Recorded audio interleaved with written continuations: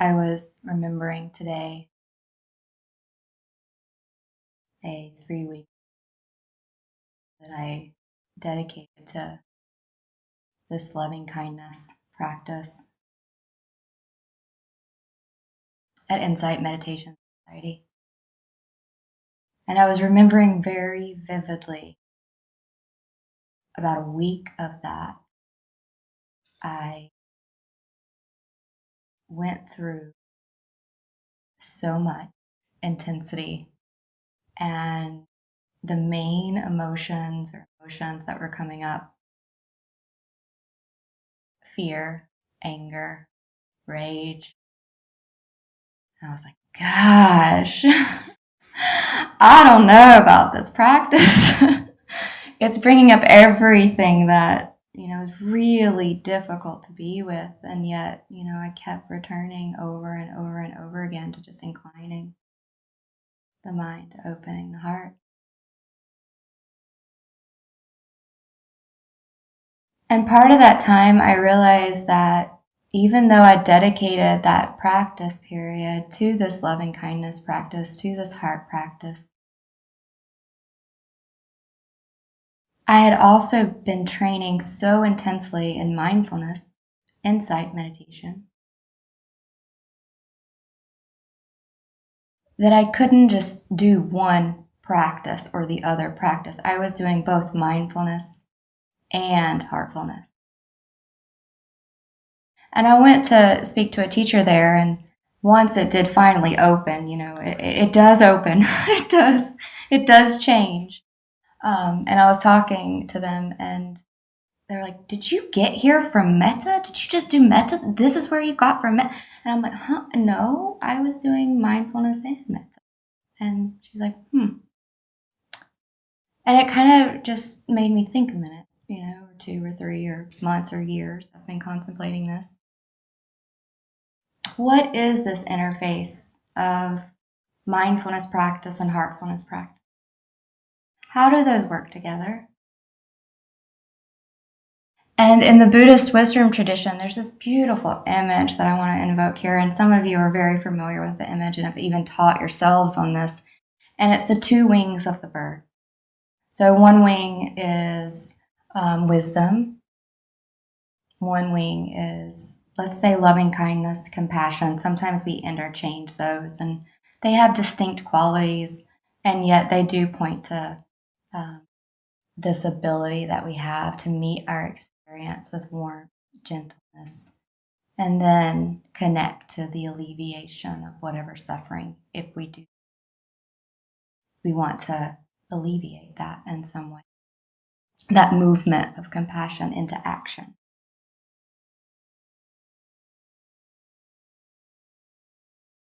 So this 2 wings of the bird, if you sense into that image, a bird has a trouble flying if it only has 1 wing. And flying. As a kid, I used to want to fly. I used to wish I could fly. It's a symbol of freedom. And in this context, I'll rein us in to think about freedom as inner freedom. This inner empowerment, this ability to choose, this ability to actually perhaps co-create our life with something bigger. It's not all up to us. It's not all up to us either. There's this middle dance that comes about and arises when we can really sense into those 2 wings, into seeing very clearly what's happening with our mindfulness practice. And then, wait, let's hold it. Let's embrace it. Alleviation, compassion, let's move. Let's act. So if we don't hold a both and here, I feel like in some ways our practice may be incomplete.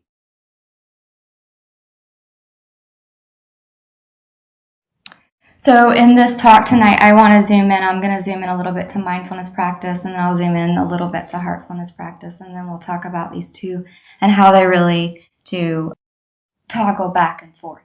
That's my experience of it. We toggle back and forth sometimes in how we use the skillful means and techniques offered through these practices.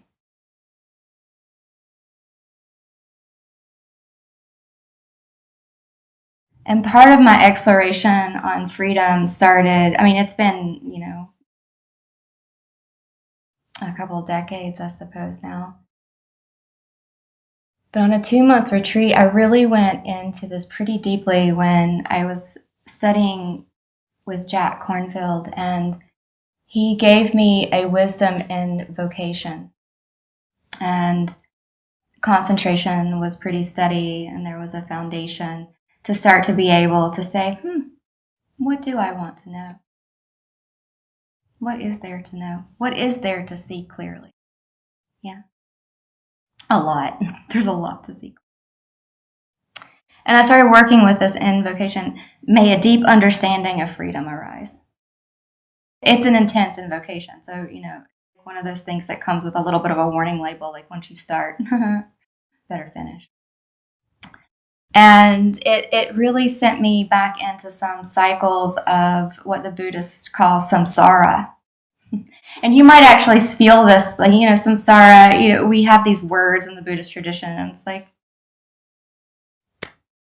you can sense into this in your own experience. I mean, how many of you have sat with your proliferating thoughts over the past week and they just circle and they just circle and they just circle and you're like, I just want out of this. Yeah?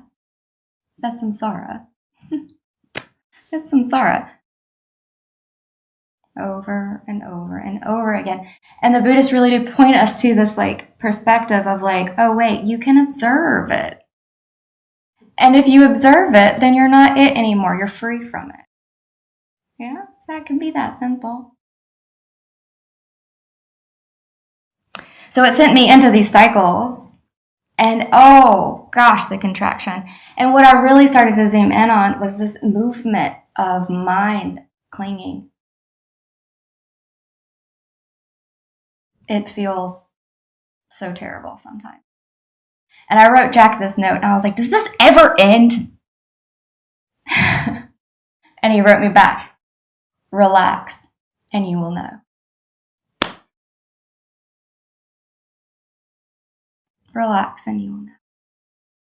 And that's the thing that I started to see, is that if I can bring some sort of relaxation to it, some sort of gentleness, some sort of caring to it, in that relaxation, there's that heartfulness. And, oh yeah, I can know. And what I saw was even the clinging arises and passes. All right. Even the clinging arises and passes. It's not wrong. It's not bad.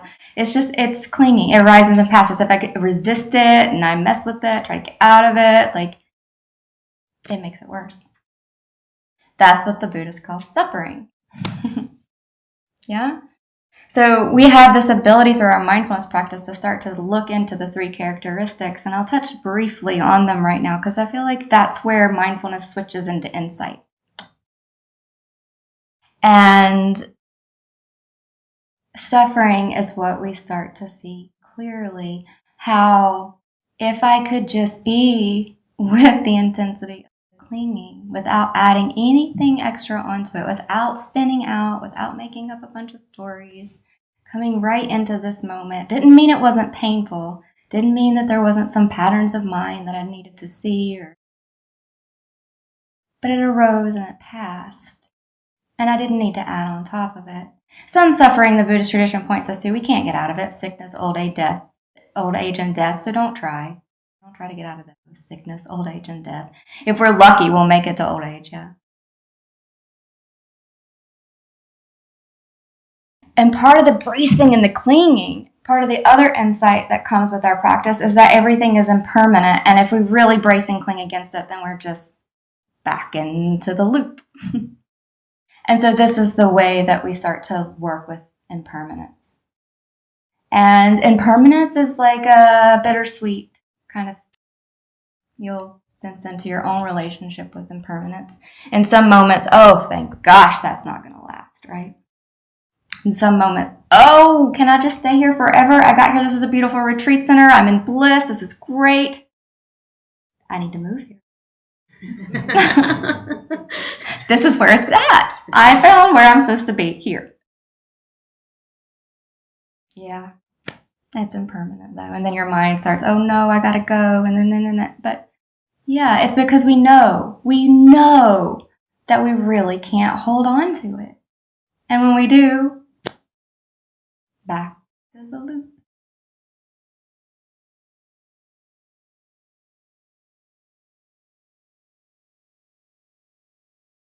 Chögyam Trungpa, we've mentioned him several times. I feel like probably because we studied and worked at Naropa for so long, he is just with us sometimes. He says the bad news is you're falling through the air. Nothing to hang on to. No parachute. The good news is there's no ground. There's no. And then the other characteristic that sometimes, is like such an interesting one to try to incline our hearts and minds to grasp. Maybe that's the thing we can't grasp it really, is no self. And, I'll just offer you to sense into yourself as a process. You woke up this morning, you're going to go to bed tonight. There's a lot that happens in between, and you show up different ways depending on what's happening. It's a process, it's a dance. It contracts, it expands. And if you grab onto any part of that process, guess what? You're back in samsara.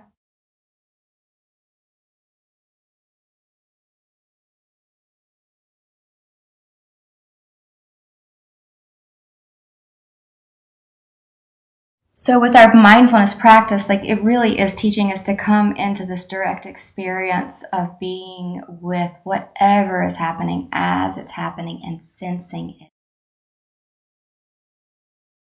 Anandaleo, in the direct path to realization in the Satipatthana, he says, direct experience of the fact that everything changes if applied to all aspects of one's personality can powerfully alter the habit patterns of one's mind. So that's part of what we're doing with our mindfulness practice, is we're altering the habit patterns of your mind.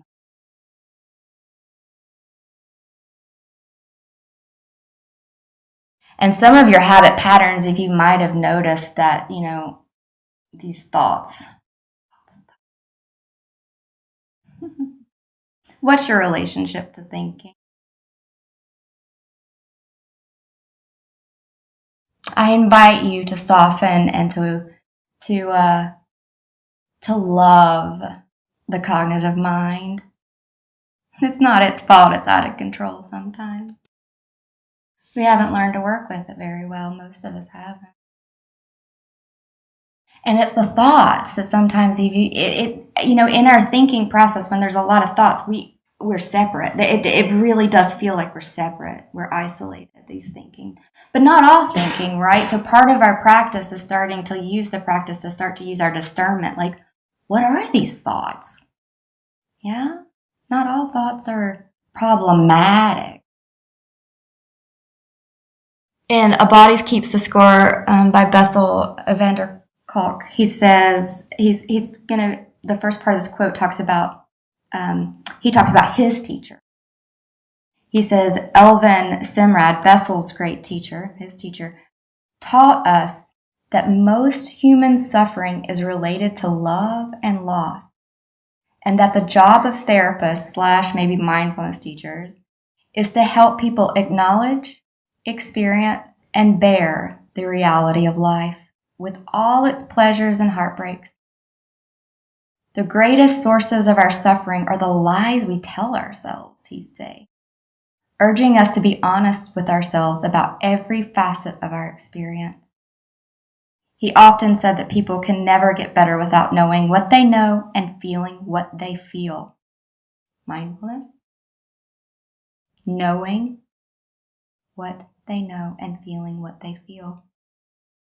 I remember being surprised to hear this distinguished old Harvard professor confess how comforted he was to feel his wife's bum against him as he fell asleep at night. By disclosing such simple human needs in himself, he helped us recognize how basic they were to our lives. Failure to attend them results in a stunted existence, no matter how lofty our thoughts and worldly accomplishments. Healing, he told us, depends on experiential knowledge. You can be fully in charge of your life only if you can acknowledge the reality of your body and all of it.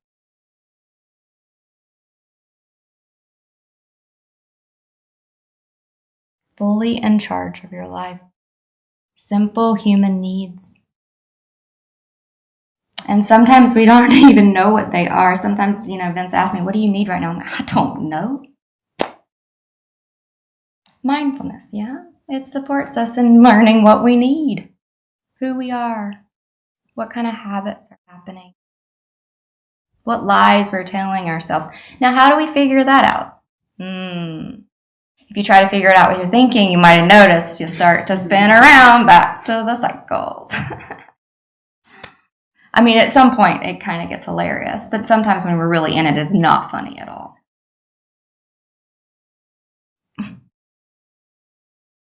So, thinking. Jack Kornfield in A Path with Heart. Actually, I think this is Wise Heart. He offers the 10th principle of Buddhist psychology. He said, thoughts are often one-sided and untrue. Learn to be mindful of thoughts instead of being lost in them. One-sided and untrue. So that's one pointer, I'll offer you, is if you find yourself, and we all do it, oh, I'm great, oh, I'm not, I can do it, no, I can't, right? And you're swinging. That can be a very important indicator that pause, look at the trees, take a moment. Often one-sided and untrue.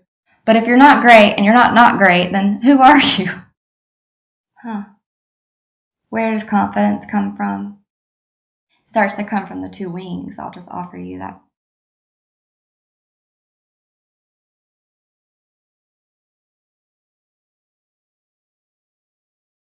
Jack Kornfield also says Buddhist psychology helps us work with thoughts in two important ways. First, he teaches us to acknowledge the content of our thoughts. Second, we learn the ability to disentangle them. So it's another version of what I just said. And it's disentangling. And one way you do that, right, is just to notice. Once you notice, there's that space. You're disentangled so you can start to see more clearly with our mindfulness what is happening.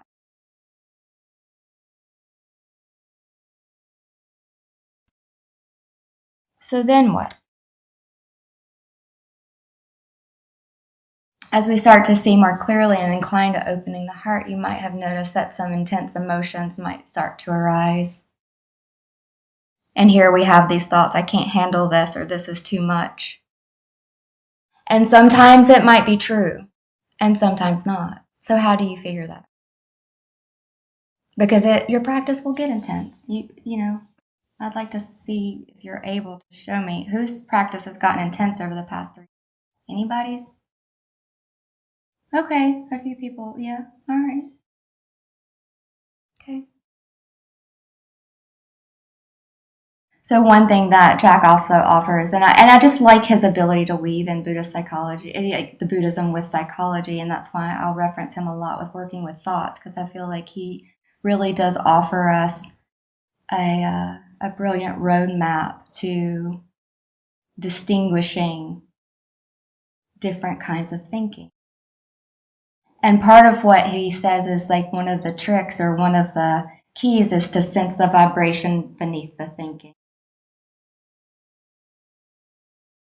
Sense the vibration beneath the thinking. So for me, it's like part of my process has been to learn intuition. A lot of the intuitive kind of knowing that happens for me happens through thinking. It's thought imprints. Some people see in vision, some people see in thoughts, some people are kinesthetic, they get it in their bodies. I get it with thoughts. And so when I was first started practicing, I don't know if some teachers you'll hear different things, but I heard and made up that, thinking was a problem, like a lot of people do. And so I started dismissing all the intuitive thoughts. All my inner guidance was just like, oh, thinking. Well, when I started to sense the vibration beneath the thinking, intuition, it's very different than spinning. So once we get a certain level of skill with being able to work with our thoughts, the lies that we tell ourselves, seeing through them, oh yeah, they arise and they pass, they're impermanent. If I'm always a process, then if I can let this come and go, it's not such a big deal. It might be painful sometimes. You grow, I grow in our capacity to be with things, whether they're comfortable or not comfortable. And that starts to incline us into equanimity. And so once you get that certain level of skill, you'll start to see that mindfulness practice and that sense of observer can be a sense of like sheltering from the storm. And you can learn to rest in that sense of observer and see the play of things. And it's like, oh yeah, this is like, okay. And then what? Right?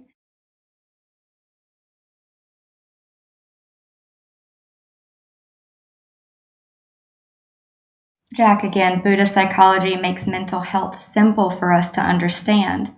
The presence of healthy mental states creates a healthy mind. The presence of unhealthy states creates mental distress, unhappiness, and mental illness. This reflects a significant difference with much of Western psychology, which focuses primarily on residual contents of consciousness, on what we think about. Although this focus has given rise to many creative therapeutic approaches, it often leaves us entangled in the never-ending production of thoughts and emotions. Here, Buddhist psychology takes a liberating turn, stepping back with mindfulness to investigate the play of mental states themselves, teaching us to release those states that bring sorrow and foster those that create joy. So here we can turn into loving kindness. Start to foster the states that bring us joy.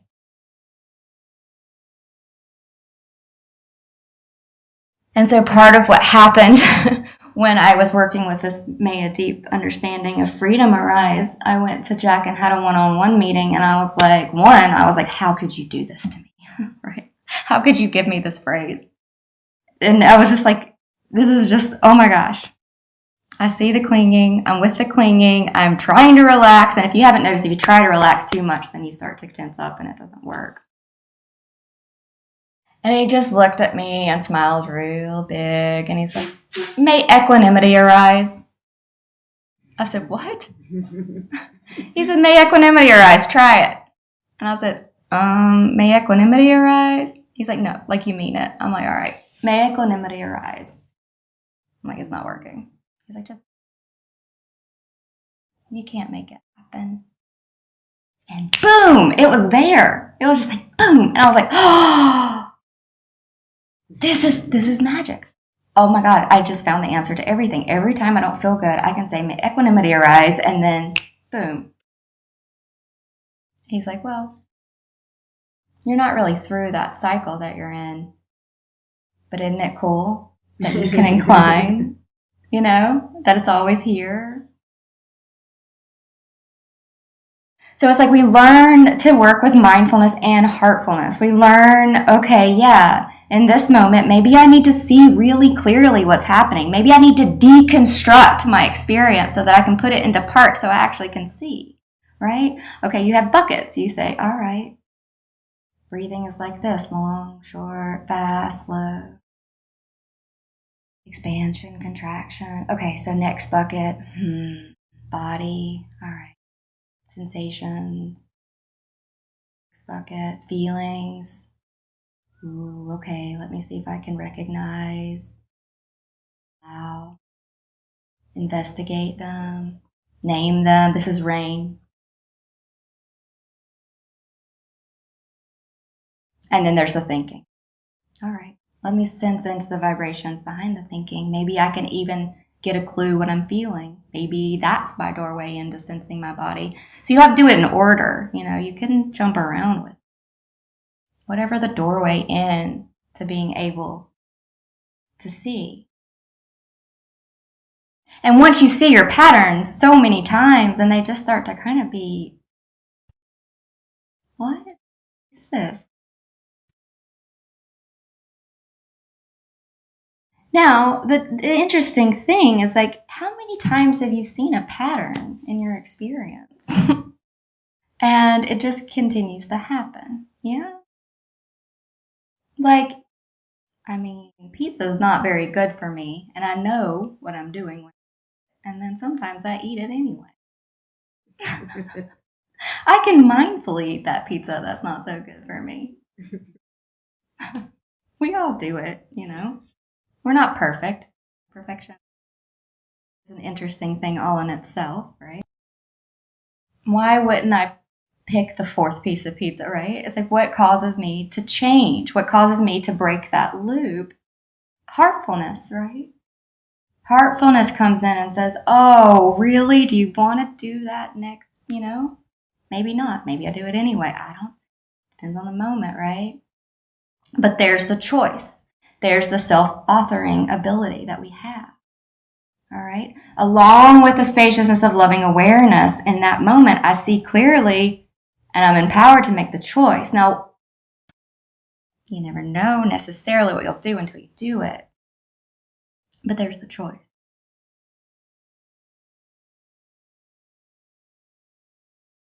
In some ways, I feel like this capacity to weave these two together, mindfulness and heartfulness, is what makes life workable right now.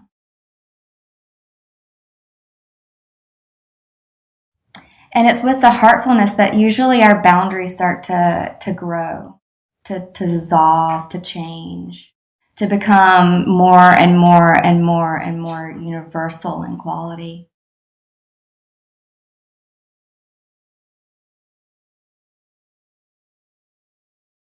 And I feel like, deeply, most of us long for that, to be able to sense into this loving awareness that's really universal, that connects us all.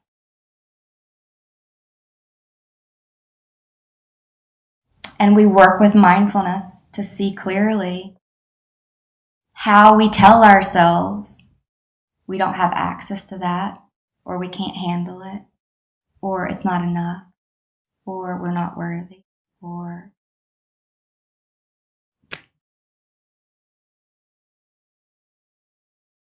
And we toggle back and forth, resting in that sense of observer, bringing heartfulness to our experience, and acting. It empowers change. So when we hold both, it can be a source of alleviation for some kinds of longing and loneliness. But I've noticed recently that when I ask this question, like, what are you longing for? I tend to get from my students and the mindfulness teachers that I work with, the mindfulness teachers in training that I work with, this like, what do you mean? What do you mean this longing? What are you talking about? Tokopal Turner, she says, before we even ask ourselves how to heal our estrangement, we must first sink down into the wound itself and apprentice ourselves to it. We must enter into the question of what has been missing from us. Of what are we deprived? Only when we lower ourselves down into that holy longing can we glimpse the majesty that we are supposed to.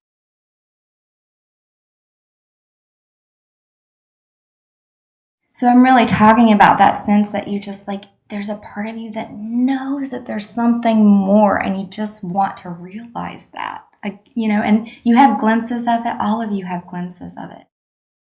And sometimes those glimpses aren't recognized. And so part of this process is to learning to recognize them. Learning to recognize them. And if you sink yourself into, apprentice yourself to that longing, that discomfort, that total sense of like, oh wait, I feel so separate right now, but I know there's something else. Right in there, it will bring you into this completeness. And that heart and mind becomes bodhicitta in the Buddhist tradition. Heart, mind, bodhicitta. They don't even separate it. Heart, mind, bodhicitta.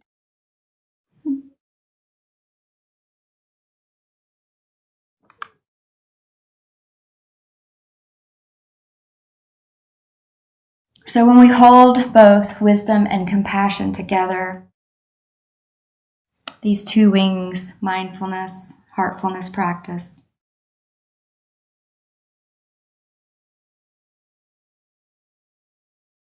we also come up against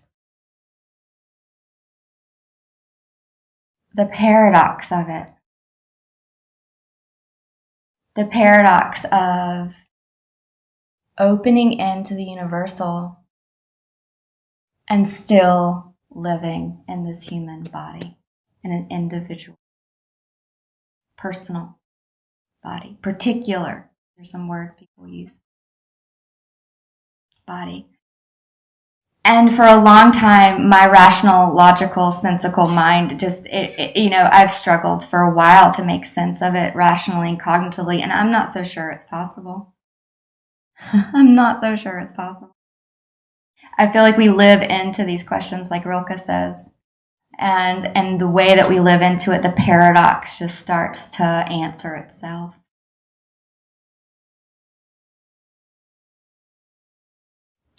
My sense, though, is through that living into it, we come into this sense of living with a broken heart that I've talked about, where the joys and the sorrows have space. The joys and the sorrows, just like the two wings of the bird, they're here. All right? They're just here.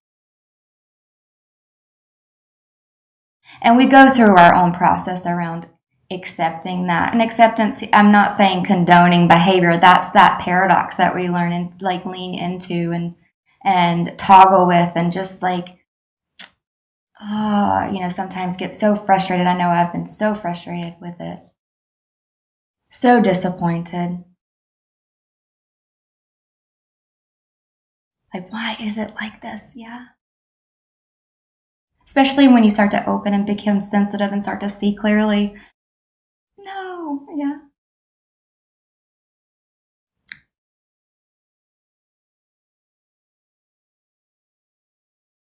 And that's the mind that goes into the sorrows. That's the heart that goes into the sorrows.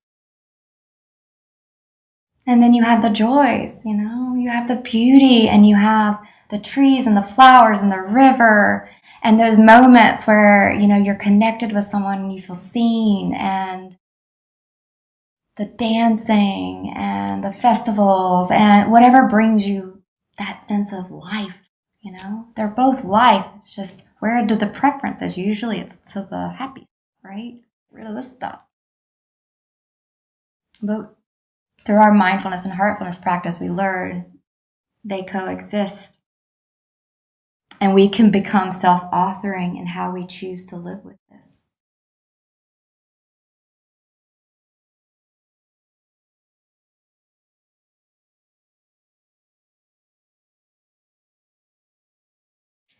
Tara Brach in Radical Acceptance, she says, the two wings of clear-seeing compassion are inseparable.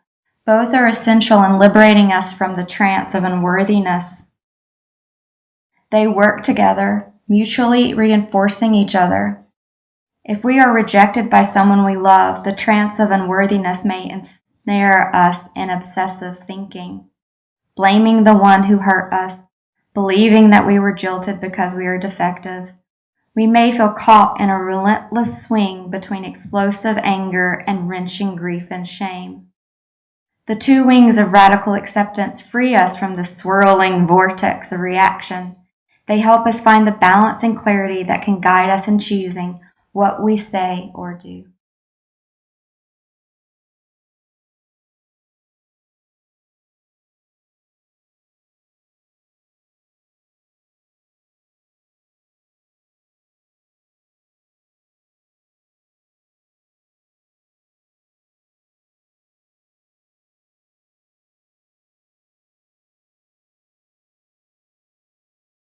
What we say or do. Choosing what we say or do. And with heartfulness practice coupled with this clear seeing, what we say or do can take a variety of forms depending on the causes and conditions of the moment.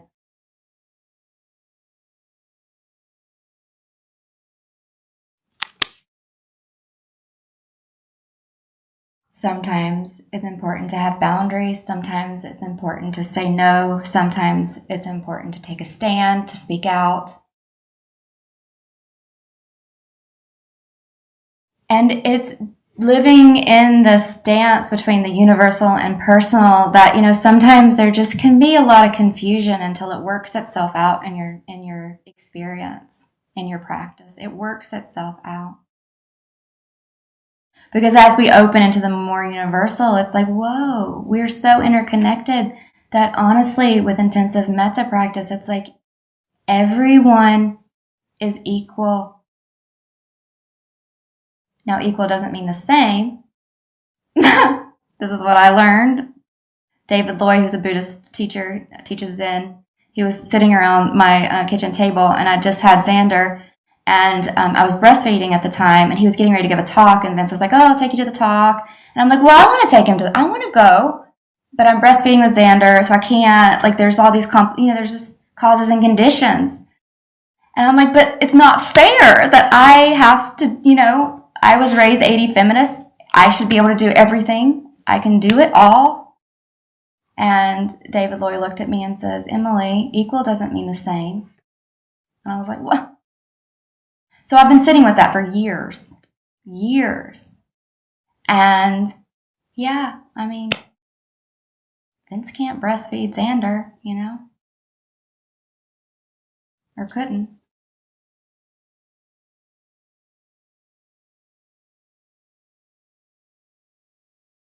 So I have something from Sharon Salzberg's book, but it's quite long. Are you up for listening to it? All right. So just let it land or not. Through the power of this practice, we cultivate an equality of loving feeling towards ourselves and all beings. There was a time in Burma when I was practicing metta intensively. I had taken about 6 weeks to go through all the different categories. Myself, benefactor, friend, neutral person, and enemy. After I had spent these 6 weeks doing the metta meditation all day long, my teacher, U Pandita, called me into his room and said, say you are walking in the forest with your benefactor, your friend, your neutral person, and your enemy. Bandits came up and demand that you choose one person in your group to be sacrificed. Which one would you choose to die? I was shocked at U Pandita's question. I sat there and looked deep into my heart, trying to find a basis from which I could choose. I saw that I could not feel any distinction between any of those people, including myself. Finally, I looked at U Pandita and replied, I couldn't choose. Everyone seems the same to me. U Pandita then asked, you wouldn't choose your enemy? I thought a minute and then answered, no, I couldn't. Finally, U Pandita asked me, don't you think you should be able to sacrifice yourself to save the others? He asked the question as if more than anything else in the world he wanted me to say, yes, I'd sacrifice myself. A lot of conditioning rose up in me, an urge to please him, to be right, to win his approval. But there was no way I could honestly say yes. So I said, no, I can't see any difference between myself and any of the others. He simply nodded in response, and I left. Later, I was reading the Visuddhimagga, one of the great commentarial works of the Buddhist literature, which describes different meditation techniques and the experiences of practicing these techniques. In the section on metta meditation, I came to that very question about the bandits. The answer I had given was indeed considered the correct one for intensive meditation, practice of metta. Of course, in different life situations, many different courses of action might be appropriate. But the point here is that metta does not mean that we denigrate ourselves in any situation in order to uphold others people's happiness. Authentic intimacy is not brought about by denying our own desire to be happy in unhappy deference to others, nor by denying others in narcissistic deference to ourselves. Metta means equally oneness, wholeness. To truly walk the middle way of the Buddha, to avoid the extremes of addiction and self-hatred, we must walk in friendship with ourselves as well as all.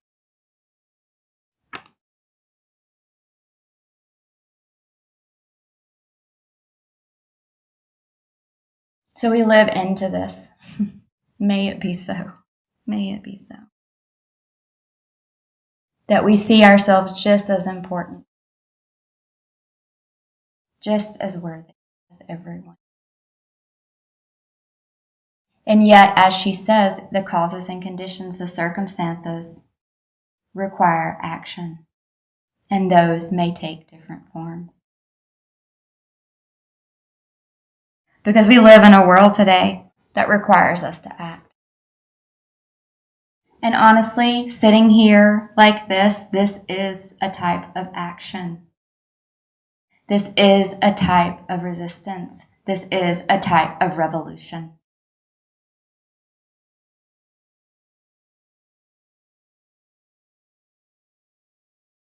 You're not going to stay on this cushion, Brett. You're going to do something in the world out there that's also here. How many times have you remembered the war in the Ukraine? The violence that's happening in America, in the schools. In America, in the United States of America.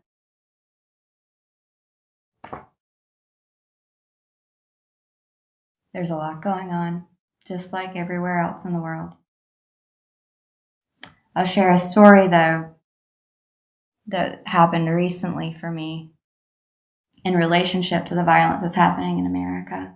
And it's interesting because, you know, the capacity that we have really does grow with this practice. And I find my edges just like you all. And it's like a lot of the people that I'm working with, and, you know, I'm working with people that are in the war in Ukraine. And it's like we're all finding our new sense of edge. And sometimes we are like, I can't take any more. And then here comes something else, right? I mean, this is the way I feel like the last 3 years have been. It's like, I can't take any more. Okay, here's something else. I can't take, okay, here's something else. And it's like, well, I guess I could take something. I guess I could take some, you know, and it's like, how do we grow? I don't know, you know, and we can get pushed past our edges. And then how do we work with that when that happens? And how do we, you know, really start to be aware of the signs that we're reaching our edge, you know? And, you know, recently there was 2 major shootings that happened in America, like really close together within like a week apart, Buffalo, and in New York and in Texas. And my family, all 3 of us got COVID, and that was happening. And then the school shootings happened, and my mom friends were texting me. And then I was like beyond my capacity, and like, you know, and my practice, it was just right there. And what I found myself doing was knowing that I was going into the child's pose, you know, that pose that you cuddle, like you just kind of lay in the fetal position. That's where I went. I was just like on the screened-in porch, in the backyard, you know, just like in the fetal position, bawling, like so much just sorrow, like so sorrow. Like, how can we do this? And in that sorrow, there's also the birds chirping and the flowers blooming and the wind blowing and the remembering of loving awareness. And it's like, yeah, they both are so here. Yeah. But we can't. We got to have both. We can't say that. Both. And in that holding of both, there comes this sense of like, okay, what's mine? And then it's one step in front of another. And sometimes we don't really know very clearly like where we're headed or where we're going, especially in a time like this. And Sharon Salzberg says it's faith that keeps us putting that one foot in front of another. We don't know where we're going, but something just keeps us going. Faith. And as our practice grows and takes root, more and more and more, then it's easier. Doesn't mean it's necessarily less painful. It's just easier. There's not so much struggle with it. There's not so much looping in it. It's just there's sorrow and there's joys.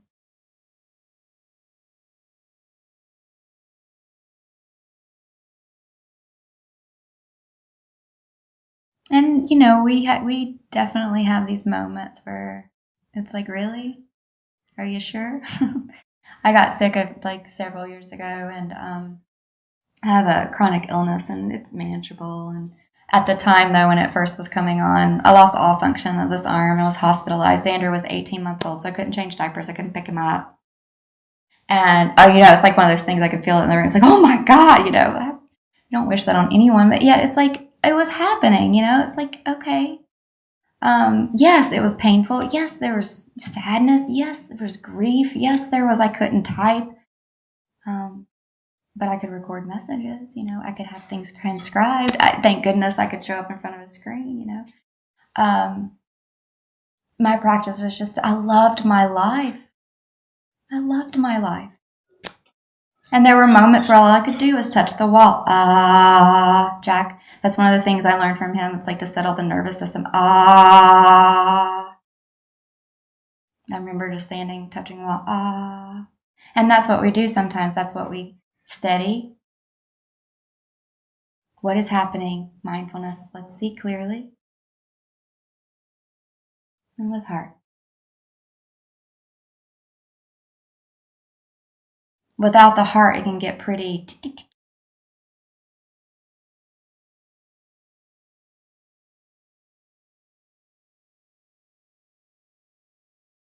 It can get, I want to say clinical, but I don't know if that's quite the right word. It can get very, almost cutty. You can see so clearly. There's debates about this. Some teachers will say that compassion, you can't be mindful without heart. We'll just leave that as an open question. I feel like it takes some effort for both of those to arise, to come into this loving awareness. So what's mine to do? What's yours to do? As you deepen into this sense of freedom with heart, this sense that you can choose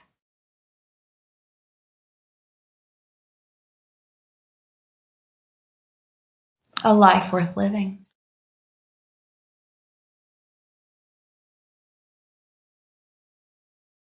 I'll close with this. Go to the limits of your longing. By Rilke, translated by Joanna Macy. Listen. God speaks to each of us as He makes us, then walks with us silently out of the night. These are the words we dimly hear.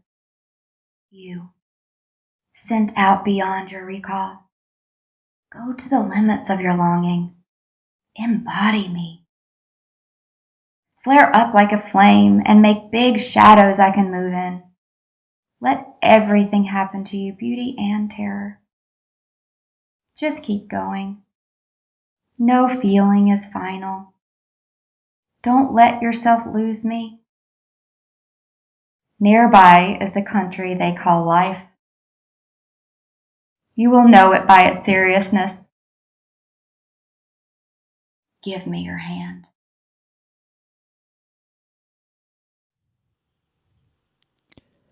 After nearly a year in private beta, the Buddhist Geeks Network is now open for any independent practitioners who want to engage in interdependent practice. You can find out more about the Buddhist Geeks Network by visiting buddhistgeeks.network. And if you'd like to join the community and join us in regular social meditation practice or other events that we host there in the network, all freely offered, you're very welcome to do so, again, by visiting buddhistgeeks.network. Love to see you there.